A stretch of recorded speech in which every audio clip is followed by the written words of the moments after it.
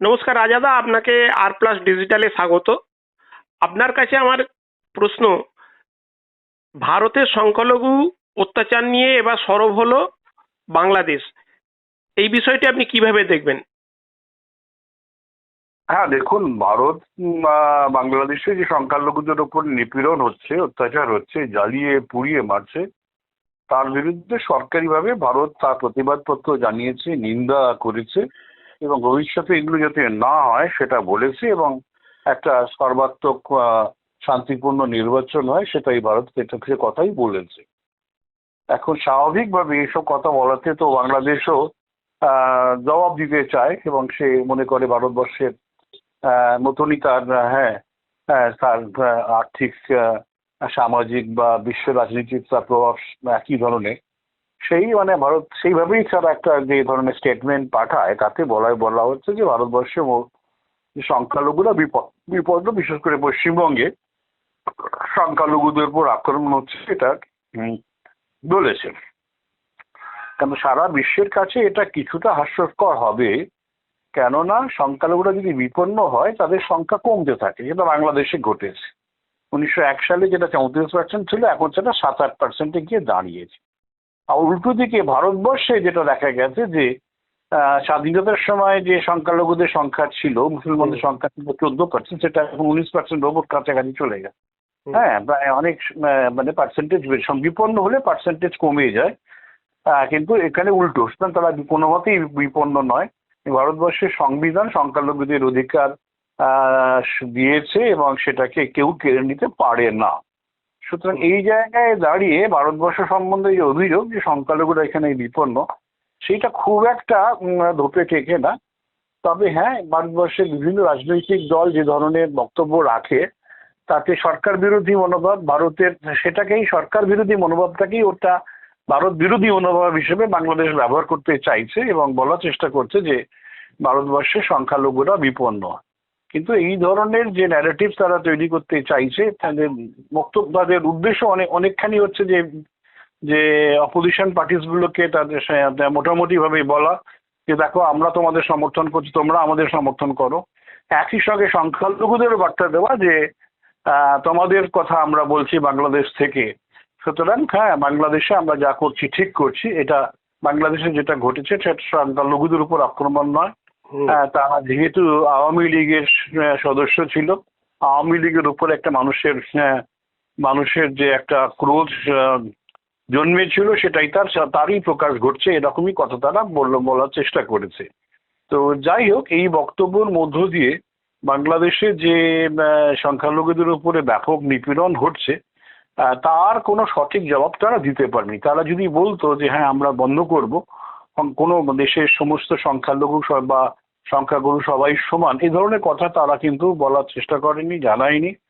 এবং সংখ্যালঘুরা সুযোগ পেলে তারা তো সবাই ভারতে চলে আসতে পারে, কিন্তু যেহেতু ভারতবর্ষ তাদের নেবার ব্যাপারে এখনো সে ধরনের প্রস্তুত নয়, ভারতবর্ষেরও ব্যাপক আর্থিক সমস্যা আছে। হ্যাঁ, ব্যাপক সংখ্যক মানুষ বাংলাদেশ থেকে আসলে ভারতের আর্থিক বিপর্যয় ঘটতে পারে, এই ভেবে ভারত নতুন করে সেখান থেকে শরণার্থী নেবার ব্যাপারে একেবারেই আগ্রহী নয়। এবং যে সিএএ আইন তৈরি হয়েছে সেখানে 2014 সাল পর্যন্ত একটা হুম রাখা আছে, লাস্ট দিন রাখা 14 সালে ডিসেম্বর পর্যন্ত। তার ফলে পরবর্তীকালে যারা আসবে তাদের কিন্তু নাগরিকত্ব নিয়ে সমস্যা হতে পারে, এটা কিন্তু রয়েছে।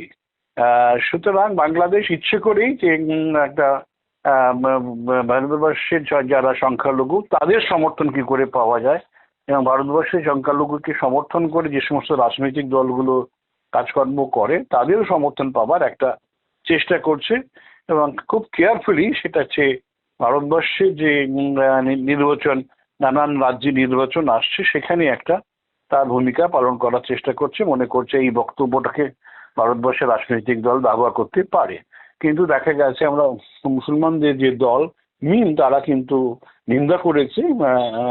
মিস্টার ওয়েসি, সে কিন্তু পরিষ্কারভাবে বলেছে যে দীপু দাসকে যেভাবে হত্যা করা হয়েছে সেটা কখনোই মেনে নেওয়া যায় না। ভারতবর্ষের অধিকাংশ দলই কিন্তু অল্প বিস্তর, হয়তো অনেক সবাই প্রকাশ্যে আসতে পারেনি ভোট কমে যাবার ভয়ে বা কোনো কারণে, কিন্তু হুম, নানান ভাবে তারা জানিয়েছে যে দীপু দাসের হত্যাকে তারা তারা একেবারেই সমর্থন করে না, তারা নিন্দা জানায়। বাংলাদেশ সংখ্যালঘুদের উপর আক্রমণ বন্ধ করুক, এটা ভারতবর্ষের সব রাজনৈতিক দল যারা নির্বাচন প্রক্রিয়ায় দাঁড়ায় তারা এটা বলেছে। তার ফলে বাংলাদেশের যে এই যে ওই ধরনের স্টেটমেন্ট, তাতে খুব একটা ভারতবর্ষের যে আন্তর্জাতিক ক্ষেত্রে ভারতের সম্মানহানি করবে বা ভারতবর্ষের ভেতরে রাজনৈতিক অস্থিরতা সৃষ্টি করবে সেটা খুব একটা পেরে উঠবে না। হ্যাঁ, আচ্ছা, আমার আর একটি প্রশ্ন। সম্প্রতি বাংলাদেশে নির্বাচন ঘোষণা হয়েছে এবং সেখানে দেখা যাচ্ছে জাতীয় নাগরিক পার্টি বা এনসিপি, যে তরুণ সমাজ যেটা গড়েছিল, তারা হঠাৎ করে জামায়াতে ইসলামীর সঙ্গে জোট বেঁধে আগামী নির্বাচনে লড়ার সিদ্ধান্ত নিয়ে ফেলেছে। এই বিষয়টি কিভাবে দেখছেন? হ্যাঁ, দেখুন এটা একটা ভাবা গিয়েছিল একটা সময় যে বিএনপি জামাতের যে সম্পর্ক আছে পরে, এবং সেখানে ছাত্র আন্দোলন যারা করেছে তাদের মধ্যে যদি একটা সংগতি গড়ে ওঠে তাহলে কিন্তু আগামী নির্বাচনতে তাদের জয়লাভের সম্ভাবনা আছে, এবং সেই জয়লাভটা সহজতর হয় যখন আওয়ামী লীগ কে ব্যান করে সরকার। এটা খুব কেয়ারফুলি, মানে অত্যন্ত সুপরিকল্পিতভাবে আওয়ামী লীগকে অ্যান্টি টেররিস্ট অ্যাক্টে ব্যান করা হয়েছে, এবং সেখানকার নির্বাচন কমিশন তাদের নির্বাচনে দাঁড়ানোর অধিকার কেড়ে নিয়েছে। এটা ইউনিশ সরকারই করেছে, লক্ষ্য ছিল যাতে করে আওয়ামী লীগ নির্বাচনে না দাঁড়াতে পারে, এবং যারা আছে যে জামাত বিএনপি এবং ছাত্রদের যে জোট সেটা তারা আসতে পারে। ছাত্ররা তো রাজনৈতিক দল এনসিপি ফর্ম করে, কিন্তু খুব একটা তারা এগোতে পারেনি। এখন দেখা যাচ্ছে যে বিএনপি জামাতের সঙ্গে তাদের দীর্ঘদিনের যে সম্পর্কটা তৈরি করেছিল, প্রথমে তাদের সম্পর্ক ছিল নিজেদের সংখ্যা না থাকায়, পরবর্তীকালে দেখা যায় যে বিএনপি জামাতের সম্পর্কটা অনেকটা নিবিড় হয়ে পড়ে। এখন এবারে দেখা গেল যখন আওয়ামী লীগ ব্যান্ড হচ্ছে বা আওয়ামী লীগ অনেকটাই শেখ হাসিনা চলে যাবার পরে তার গুরুত্ব দেশ থেকে কমছে, বিএনপি মনে করে যে সেখানকার সংখ্যালঘুদের স্বার্থ রক্ষা করা, মুক্ত মনদের ভাবনা চিন্তাটাকে গ্রহণ করা বা তাদের ভোট পাওয়াটা তাদের লক্ষ্য হয়ে দাঁড়ায়। তাই তারা মনে করে জামাতের যে সামান্য ভোট পার্সেন্টেজ আছে, তখনই 3-4% বেশি তারা ভোট পায়নি। তাই ওদেরকে সাথে নেওয়া মানে বিএনপির একটা প্রচার হয়ে দাঁড়ায় যে তারা বুঝি একটা মৌলবাদী দল। বিএনপি সংবিধানে পরিষ্কার বলা আছে যে তারা মুসলমানদের পক্ষে, তারা কোনো সেকুলার নয়। এটা আওয়ামী লীগ তৈরি হয়েছে একটা সেকুলার ধর্মের ভিত্তি করে, মানে ধর্মনিরপেক্ষতার ভিত্তি করে, কিন্তু বিএনপি পরিষ্কার বলেছে যে তারা সেকুলার নয়, তারা ইসলামপন্থী। কিন্তু তারা মৌলবাদী, ইসলামপন্থী হলেই যে মৌলবাদী হবে তা তো নয়। এখন তারা পরিষ্কার জানাচ্ছে যে জামাতের সঙ্গে তাদের যে সম্পর্ক ছিল সেটা তারা ক্ষুণ্ণ করছে, অর্থাৎ তাদের যে মৌলবাদী আখ্যা দেওয়া চলছিল সেটা তারা আর নিতে চাইছে না। এটা এছাড়াও দেখা যায় তারা মনে করছে যে এককভাবে যদি আসলে যেভাবে দেশ চালানো যাবে সেটা কিন্তু কোয়ালিশন সরকারে আসবে না। তাই মোটামুটি ভাবে যে ইউনূসের যে ভাবনা চিন্তা ছিল যে একটা এমন একটা দল তৈরি করা, তাতে তিনি হয়তো ক্ষমতায় না আসতে পারলেন, প্রেসিডেন্ট হিসেবে আসতে পারবেন, এরকম একটা ভাবনা চিন্তা ওনার সঙ্গে ছিল, বোঝা গেছে। কিন্তু সেই স্বপ্ন বা ভাবনা চিন্তায় অনেকটাই জল পড়ে গেছে বা ছাই পড়ে গেছে, যে সেটা আর হয়তো সম্ভব হবে না। এখন বিএনপি যে প্রধান যিনি অ্যাক্টিং প্রেসিডেন্ট তারেক রহমান এসেছেন, যেভাবে তার সমাগমে ভিড় হয়েছে, বোঝা যাচ্ছে যে মানুষ গণতন্ত্রকে আবার ফেরত পেতে চাইছে। এই ধরনের উচ্ছৃঙ্খলতা যেটা বাংলাদেশে চলছে সেদিকে তারা যেতে চাইছে না।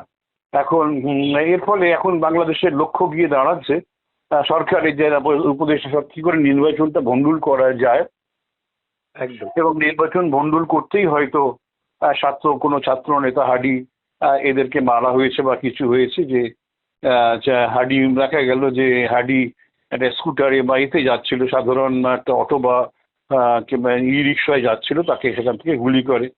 এবং সে যদি অতই একজন নেতা হতো তাহলে তার সুরক্ষা কেন রাষ্ট্র দিল না? মারা যাওয়ার পরেই তাকে গুলিবিদ্ধ হওয়ার পরেই তাকে খরচা করে সিঙ্গাপুরে পাঠানো হলো, আবার মৃতদেহ নিয়ে এলো, রাষ্ট্রীয় শোক করা হলো। বোঝাই যাচ্ছে যে হাডি সে একটা ইনকলাব মঞ্চ তৈরি করেছিল, মানে তার ভঙ্গি ছিল, এবং খুবই সম্ভাবনা আছে তাদের যে সমস্ত কথাবার্তা সেখানে বিদেশি প্রভাব রয়েছে বলে আমার ধারণা। এবং চায়না এখানে চায়না আমাদের দেশে উত্তর পূর্ব ভারতে ব্যাপকভাবে তারা যে সমস্ত বিচ্ছিন্নতাকে সেগুলো সমর্থন করেছে। সমর্থন করি। এই চায়না খুব সম্ভবত এই ইনকলাব মঞ্চকেও তারা সমর্থন করছে, যাতে করে দেশের মধ্যে আবার নতুন করে বিশৃঙ্খলা সৃষ্টি করা যায়। এবং ইউনূস যেভাবে একটা সামান্য ছাত্র নেতার মৃত্যুকে রাষ্ট্রীয় শোক ঘোষণা করা, যে ধরুন তাতে বোঝা যাচ্ছে যে এটা ঘটনাটাকে তারা ব্যবহার করে একটা আরো উশৃঙ্খল পরিস্থিতি সৃষ্টি হয় সেটা চেষ্টা করেছে। এবং দীপু দাসই দেখা গেছে তার কয়েকদিনের মধ্যে তাকে মেরে ফেলে পুড়িয়ে দেওয়া হয়েছে। এবং আরো আরেকজন হিন্দু অমৃত নয় কিছু নাম, অমৃত মন্ডল, তাকেও মেরে ফেলে দিয়েছে। এরকম চলছে, এরকম রেগুলার হিন্দুদের সম্পত্তি কেড়ে নেওয়া, তাদের দেবত্ব রূপ যে সমস্ত সম্পত্তিগুলো আছে সেগুলোকে কেড়ে নেওয়া, মারধর করা, এইসব তাদের অফিসের থেকে প্রমোশন আটকানো বা অফিস থেকে তাড়িয়ে দেওয়া, এই ধরনের অবস্থা একের পর এক চলছে। নীরবে হিন্দু সমাজ সেখানে সেটা সহ্য করে যাচ্ছে, যেগুলো আমরা দেখতে পাচ্ছি। এখন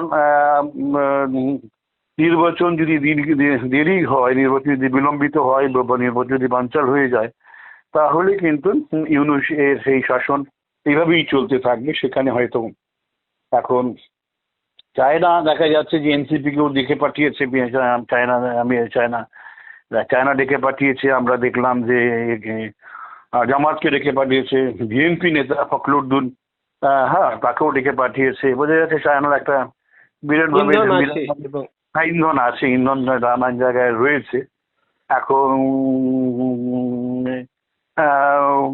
উদ্দেশ্য তো হচ্ছে ভারত বিরোধী একটা মঞ্চ বাংলাদেশে তৈরি করা।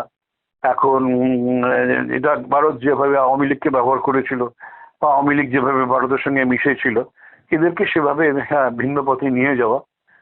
কিন্তু অন্য দেশের উদাহরণ যেটা দেখা গেছে যে মলদ্বীপে যেটা আমরা দেখলাম যে সেখানকার পিপলস ন্যাশনাল কংগ্রেস মোহাম্মদ মইজু, তিনি সেখানে ইলেকশন জিতেছিলেন ভারত বিরোধী কথাবার্তা বলে, চীনেরই উস্কানিতে।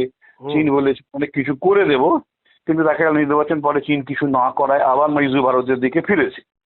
কেননা ভারত যে সমস্ত জিনিস যোগান দেয় সেগুলো চীন দিতে পারে না বা দেবে না। এখন বাংলাদেশেরও তাই, তাদের যে 17 কোটি মানুষ আছে সেই মানুষের যে নিত্য প্রয়োজনীয় জিনিসের অনেকটা ভারত থেকেই যোগান যায়। সুতরাং এইগুলো ভারত যদি এসব ভারতের সঙ্গে সম্পর্ক খারাপ হয়, সব যোগান কিন্তু বন্ধ হয়ে যাবে, মানুষ কিন্তু বিপদে পড়বে। এটা এতকাল কিন্তু ভারত বিরোধী বিদ্বেষী মনোভাব থাকা সত্ত্বেও ভারত কিন্তু কোনো কিছু ভারতবর্ষ থেকে পাঠানো কোনো কিছু বন্ধ করেনি। কিছুদিন আগেও চাল আমরা পাঠিয়েছি বাংলাদেশে পাঠাতে। সুতরাং এখন ওরা চাইছে যে চীন চাইছে ভারত থেকে সম্পূর্ণভাবে যোগাযোগ কাটুক। কিন্তু যেটা মনে হচ্ছে তারিক রহমান উনি কিন্তু বুঝতে পারছেন যে মালদ্বীপের এক্সাম্পলটা দেখে যে পুরোপুরি চীনের সঙ্গে ভরসা করে থাকলে চলবে না। মালদ্বীপ একটা ছোট দেশ যেটা রিস্ক নিতে পারে, বাংলাদেশ পারবে না। এবং উনি যখন লন্ডনে ছিলেন ভারতবর্ষের থেকে পরোক্ষভাবে নানানভাবে যোগাযোগ করা হয়েছে। ভারত যে একটা মিস্টেক করেছিল যে কেবলমাত্র আওয়ামী লীগের সঙ্গে যোগাযোগ যতকাল রেখেছিল, সেই ভেবেছিল হয়তো আর কেউ আসতে পারবে না যতদিন শেখ হাসিনা জীবিত আছেন। সেই একটা ধারণা হয়তো ভুল হয়েছে ভারতের। এখন তারা সব দলের সঙ্গেই যোগাযোগ রাখছে, মানে বিএনপির সঙ্গে মোটামুটি যোগাযোগ রাখার চেষ্টা করছে। তাতে মনে হচ্ছে বিএনপি যে ধরনের দুর্ভাবনা ছিল সেখান থেকে তারা কিছুটা কেটে উঠেছে। হয়তো আগামী নির্বাচনে যদি সঠিকভাবে নির্বাচন হয়, বিএনপি যদি আসে, বাংলাদেশের স্থিতাবস্থা ফেরত আসবে এবং দেখা যাবে তখন এনসিপি জামাতের যে সব এগুলো ঘটছে সেগুলো খুব একটা ধোপে টিকবে না, অস্তমিত হবে বলে। ঠিকই বলেছেন, অস্তমিত হবে। এবং আমরা সেটাই চাইবো যে বাংলাদেশের মানুষ তাদের জীবনযাত্রা গণতন্ত্র ফিরে পাক, অস্থিরতা যেটা এসছে সেটা কাটিয়ে উঠুক। একদম একদম। আচ্ছা, আর একটা তাহলে এই প্রসঙ্গে আপনাকে তারেক রহমানের ফিরে আসা কি এনসিপি বা জাতীয় নাগরিক পার্টির কাছে একটা ভয়ের কারণ? দেখুন, ও এসে যাওয়ায় তো দেখুন একটা গণতন্ত্রের যে পুনর্জীবন আসছে বলে তো অনেক মানুষ মনে করছে যে একটা বিএনপি দেখুন তারেকের বাবা জিয়াউর রহমান আর্মি জেনারেল ছিলেন, উনি মুক্তিযুদ্ধে অংশগ্রহণ করেছিলেন এবং তাদের একটা বাংলাদেশের সম্পর্কে একটা ধারণা আছে এবং এরা সম্পূর্ণভাবে মুজিবরের বিরোধী ছিল, এটা সত্যি কথা। কিন্তু এদের সময় ভারতের সঙ্গে যোগাযোগ মোটামুটি ছিল। ভারত বিদ্বেষীটা সেভাবে আসেনি। প্রতিফলিত করেনি তারা। হ্যাঁ, প্রতিফলিত হয়নি। এখন যেভাবে দেখা যাচ্ছে সেটা তখন সেভাবে ছিল না। এবং এই ইনারা মৌলবাদের বিরোধী। 17 বছর উনি তারেক লন্ডনে ছিলেন। যখন ওর মা বাংলাদেশের প্রধানমন্ত্রী ছিল, উনি অল্টারনেটিভ পাওয়ার হাউস হিসেবে চিহ্নিত ছিলেন। সেখানে প্রচুর তার বিরুদ্ধে দুর্নীতির অভিযোগ নানান ওই সময় ছিল। কিন্তু যাই হোক, এখন উনি 17 বছর ইংল্যান্ডে কাটিয়েছেন। বুঝতে পেরেছেন যে হ্যাঁ, যে ধর্মনিরপেক্ষতার যে সমস্ত গুণাবলী ইংল্যান্ডে থেকে বুঝতে পারছেন যে একক ধর্মের কথা বলা যায় না, যেখানে অন্য ধর্মের মানুষ আছে। আশা করা যায় উনি ফিরে এসে বাংলাদেশকে আবার সেই পুনরায় যেন ওটা বাবা রেখেছিলেন, মাও রেখেছিলেন, সেই দিকে নিয়ে যাবেন। যতটা মুজিব নিয়ে গেছিলেন সেই জায়গায় হয়তো যেতে চাইবেন না বা পারবেন না, কিন্তু অ্যাটলিস্ট বাংলাদেশের স্থিতি অবস্থা কিছুটা ফিরিয়ে আনবেন, এটা আশা করা যায়। এবং সেটাই তো এনসিপি এবং জামাতের রাগ, এবং তারা মনে করছে যে তাদের যে এতদিনের স্বপ্ন সেটা অনেকটা বানচাল হয়ে যাচ্ছে, গানচাল হয়ে যাচ্ছে। সুতরাং তারা তো রেগে জ্বলে উঠবে, এটাই স্বাভাবিক। কিন্তু নির্বাচনে আমার মনে হয় না এনসিপি বা জামাত বিশেষ কিছু করতে পারবে, কেন সে ধরনের জনভিত্তি তাদের নেই। হ্যাঁ, একদম। অনেক ধন্যবাদ আপনাকে আমাদের এই গুরুত্বপূর্ণ মতামত দেওয়ার জন্য।